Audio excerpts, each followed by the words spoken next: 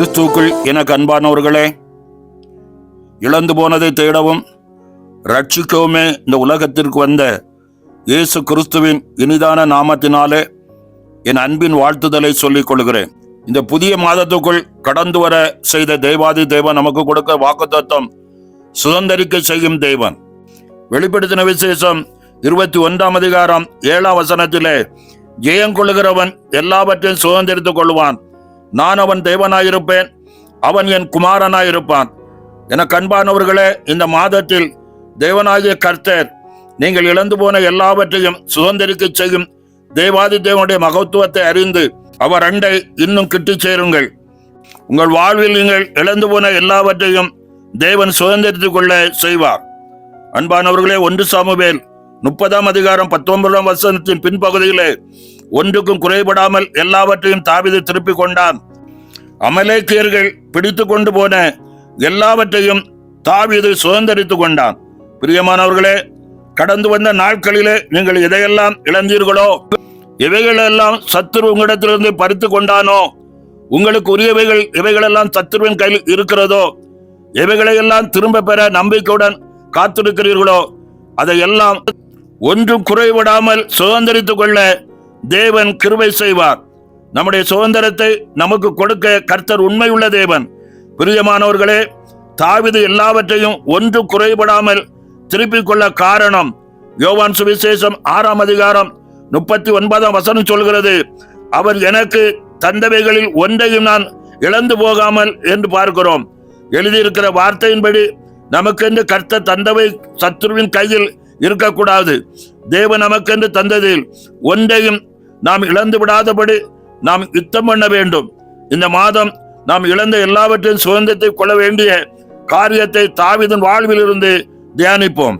எனக்கு அன்பானவர்களே, தாவீது அபிஷேகம் பெற்றவன், தேவ அழைப்பை பெற்றவன்.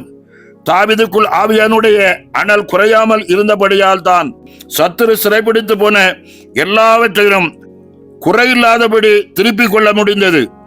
ஆவிக்குரிய அனல் குறையாமல் இருந்தால் சத்துரு நம்முடைய உடைமைகளை சிறைப்பிடிக்க முடியாது. அப்படி சிறைப்பிடித்தாலும் அதையெல்லாம் திருப்பிக் கொள்ளும்படி ஆவியானவர் துணையுடன் அவர் சமூகத்தில் காத்திருந்து ஜெயமெடுக்க தேவன் உதவி செய்கிறார். எனவே பிரியமானவர்களே, ஆவிக்குரிய அனல் நம்மில் குறையாமல் இருக்குமானால் நாம் இழந்த எல்லாவற்றையும் சுதந்திரிப்போம் என்பது அதிக நிச்சயம். ஏனெனில் ஆவியானவரின் அனல் நமக்குள் மூட்டப்படும் போது நாம் ஜெயம் எடுப்போம்.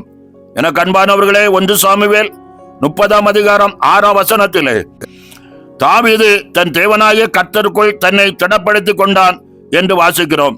தாவீது கர்த்தர் யார் என்பதை அறிந்து தன்னை திடப்படுத்தினான். தாவீது உடனே எழுந்து ஏபோத்தை கொண்டு வரச் சொல்லி கர்த்தரை நோக்கி பார்க்கிறான். தேவனுக்கு முன்பாக தன் முகத்தை திருப்புகிறான். ஜெபம் இல்லாமல் ஜெயத்தை சுதந்திரிக்க முடியாது. பிரியமானவர்களே, நாகும் புஸ்தகம் 2 அதிகாரம் 1 வசனத்தில் சொல்லப்பட்டபடி, சிறையிடிக்கிறவன் நம் முகத்துக்கு முன்பாக வரும்போது நம்முடைய அரணை காத்து கொள்ள வேண்டும். 2வது வழியை காவல் பண்ண வேண்டும். 3வது அறையை கட்டிக்கொள்ள வேண்டும். அரணை காத்து கொள்ளுதல் என்றால் நம்முடைய கர்த்தாதி கர்த்தர் மீது நம்முடைய முழு நம்பிக்கையையும் வைப்பது.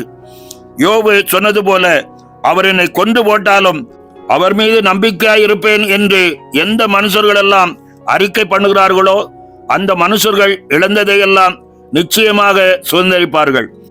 அவர் மீது அசைக்க முடியாத நம்பிக்கை நமக்கு பலத்த பாதுகாப்பு.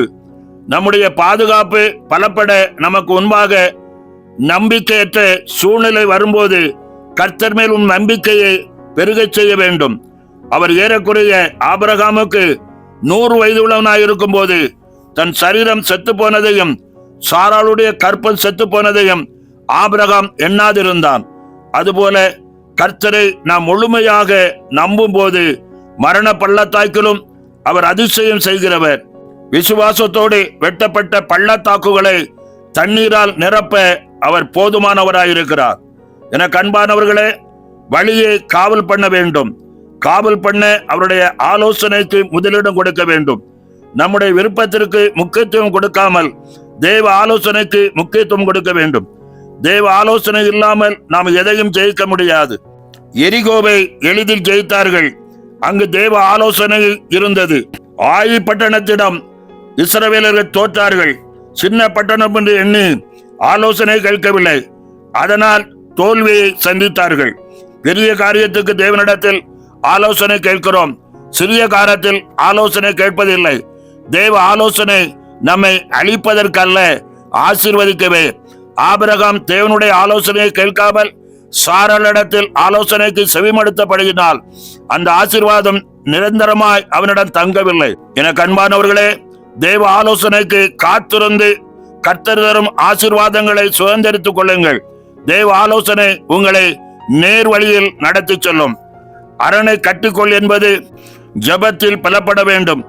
ஜெபிக்கிறவர்கள் தங்கள் வாழ்வில் பெற வேண்டிய சகல நன்மைகளையும் சுதந்திரிப்பார்கள். அதனால்தான் தன்னுடைய எல்லாவற்றை இழந்து நின்ற தாவீது ஏபோதுக்கு முன்பாக அமர்ந்தான்.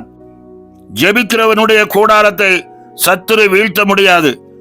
நாம் வாழ்வில் ஜெயம் என்கிற அறையை கட்டப்படும் போது நம்முடைய இழந்து போன எல்லாவற்றையும் ஜெயம் கொண்டு சுதந்திரித்துக் கொள்வோம். ஏனெனில் ஜெயம் கொள்கிற தேவன் நம்முடைய ஜெய கிறிஸ்து. நாகும் புஸ்தகம் 2ஆம் அதிகாரம் 1-2 சிதறடிக்கிறவன் உன் முகத்துக்கு முன்பாக வருகிறான். அரணை காத்துக்கொள், வழியை காவல் பண்ணு, அறையை கட்டியாக கட்டிக்கொள், உன் பலனை மிகவும் ஸ்திரப்படுத்து.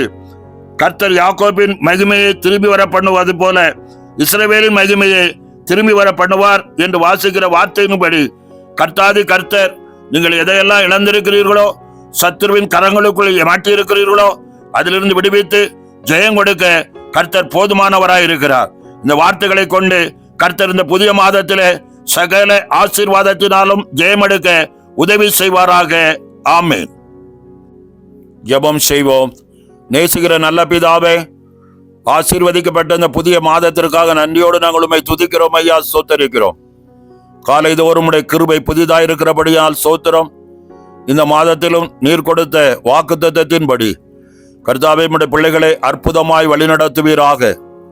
உன்னத கிருபையின் ஆசீர்வாதங்களும் நன்மைகளும் தொடரும்படி உம்முடைய சமூகத்தில் காத்திருந்து ஜெயமெடுக்கவும், உம்மை நோக்கி கூப்பிடவும், அதிகமாய் ஜெப நேரத்திலே உம்முடைய சமூகத்தில் காத்திருந்து ஜெயம் பெறவும் கர்த்தர் உதவி செய்யும்படியா நாங்கள் ஜெபிக்கிறோம்.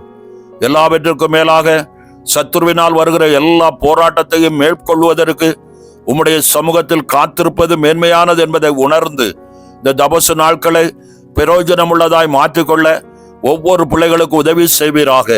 உடைய மேலான நாமம் மகிமைப்படட்டும்.